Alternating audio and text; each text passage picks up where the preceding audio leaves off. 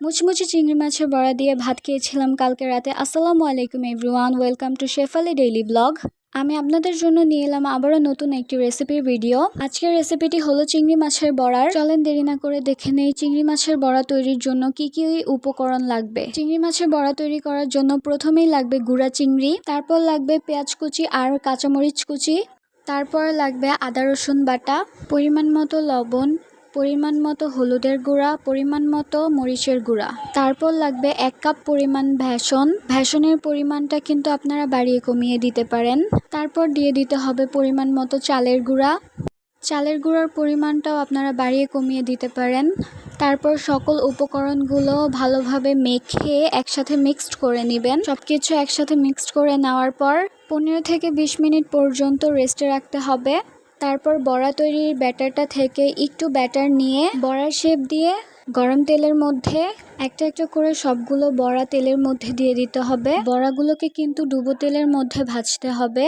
ডুবো তেলের মধ্যে না ভাজলে বড়াগুলো মুচমুচে হবে না, তাই এপাশ ওপাশ উল্টিয়ে ভালো করে ডুবো তেলের মধ্যে বড়াগুলোকে ভেজে নিতে হবে যতক্ষণ না পর্যন্ত বড়াগুলো ভালোভাবে ভেতর থেকে কুক হয়ে না যাচ্ছে, ততক্ষণ পর্যন্ত কিন্তু বড়াগুলোকে ভেজে নিতে হবে।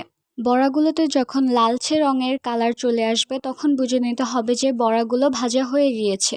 লালচে রঙের কালারটা আসার পর ভালোভাবে বড়াগুলোকে আরেকটু ভেজে নিতে হবে যেন কালারটা আরো সুন্দর আসে।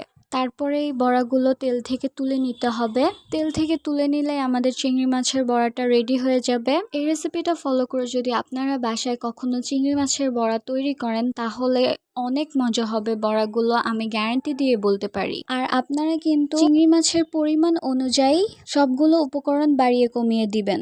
আমাদের চিংড়ি মাছের পরিমাণটা একটু বেশি ছিল, তাই সকল উপকরণের পরিমাণটাও একটু বেশি নিয়েছি। এভাবে যদি চিংড়ি মাছের বড়া বানান তাহলে অবশ্যই চিংড়ি মাছের বড়াটা অনেক সুস্বাদু আর একদম পারফেক্ট হবে। আপনারা যদি কেউ রেসিপিটা ফলো করে চিংড়ি মাছের বড়া তৈরি করেন তাহলে অবশ্যই আমাকে কমেন্ট করে জানাবেন। আর ভিডিওটিতে একটি লাইক করে দিবেন। লাইক করতে একদমই কিপটামো করবেন না, আপনাদের একটা লাইকে আমাকে অনেক মোটিভেশন দিবে নতুন আরেকটি ভিডিও তৈরি করার জন্য। আর অবশ্যই শেফালি ডেইলি ব্লগ পেজটি ফলো করে দিবেন। আল্লাহ হাফিজ।